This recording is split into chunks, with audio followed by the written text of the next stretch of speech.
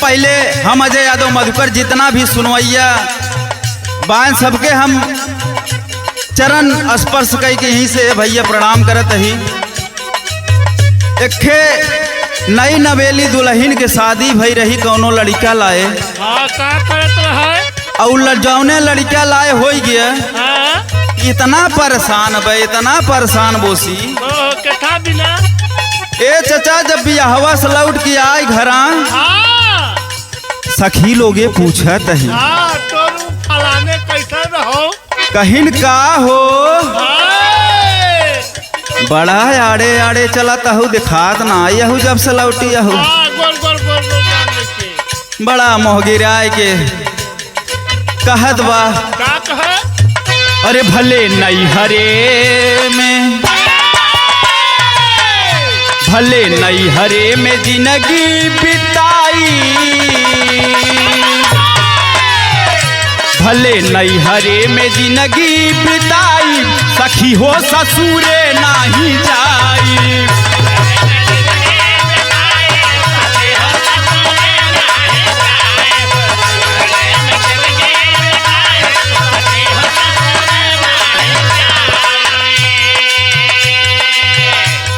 सहेली पूछत हन का हो अरे ऐसन काहे कहत हूँ जात कहीं तो बड़ा खुश रहू मनई मन जवन लड्डू फूटत रहा कि लागे जल्दी भुकोड़ी लग तोहरे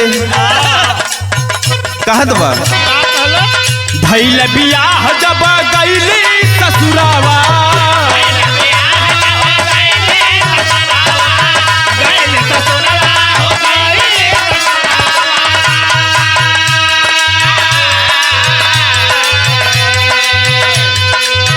मिलल बकलोल मरदा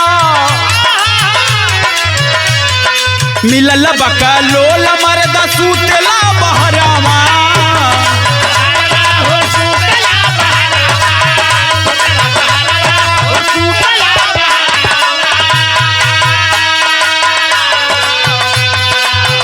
सहेलिया कहे सबसे बड़ा रोग क्या कहेंगे लोग इस पे ध्यान मत दा आगे का भाव का बतावा। फिर कहत बा भइल बियाह जब गईली ससुरावा मिलल बकलोल मरदा सूतला बहरावा भले नैहरे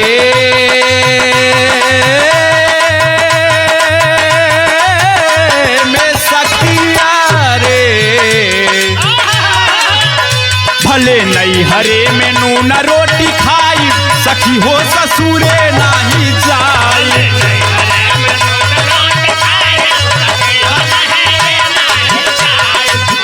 जिया जिया क्या बात है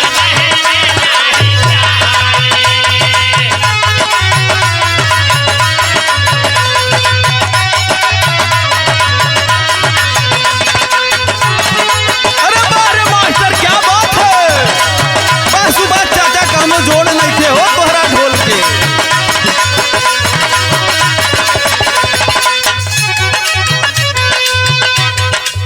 कहे कुल तो छोड़ा हमें पहले ही दिन पता चली के रहा करे पहले ही राती सुहाग रात कहा थे ना खूनी रात लड़किया वही बतावत का बताओ रहल सखी हो जब सुहाग वाली रतिया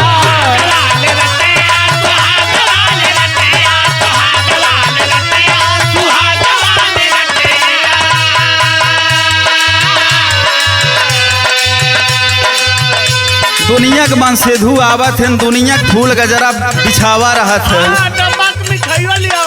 कुल तो भर रहा लेकिन लगाओ ना आइले ना कैले हमसे बतिया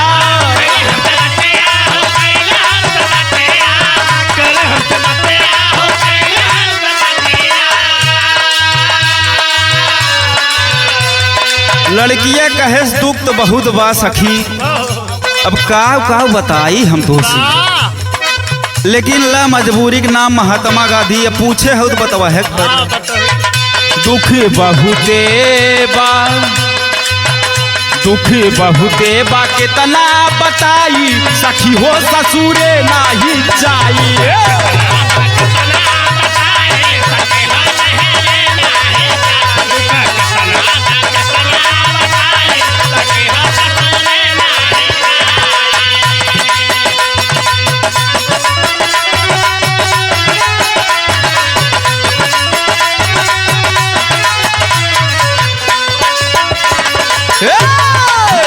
क्या बात है।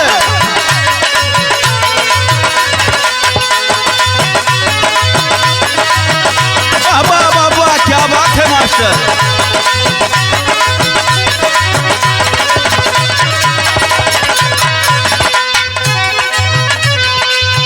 ए सुभाष चाचा, देखा हर लड़की के बियाहे के बारे में बड़ा सपना सजो के रखे थी, वैसे ही वह लड़कियां सजोई के रखे रही, अपन पुट्टी पर।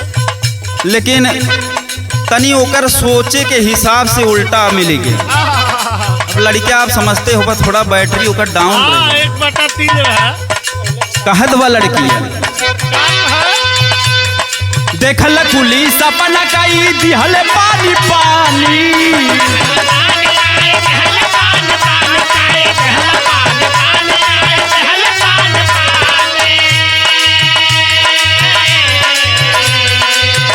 कहे उस फोटो में तो देखे चटकार दिखाने न हम वहीं पर ललाई गए, हमें क्या पता कि जवान है जवान सोचे है कुछ उल्टा ही मिले वाला बा। कहत बा से जिया पे मछरी अनियन तड़पे जवानी।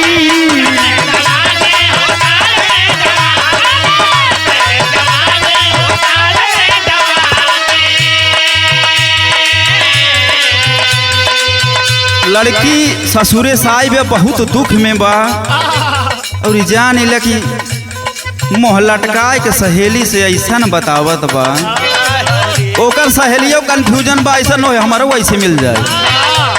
कहत बा देखल कुली सपना कई दिहल पानी पानी से जिया पे मछरी अनियन तड़पे जवानी।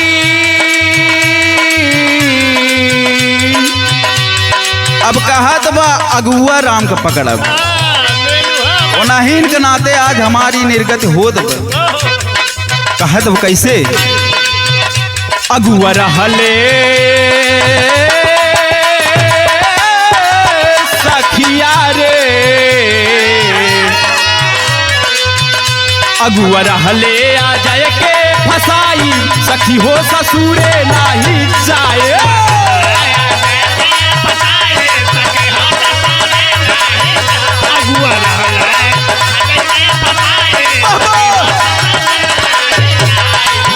भले नहीं हरे में जिंदगी बिताई सखी हो ससुरे नाही जाए। क्या बात है।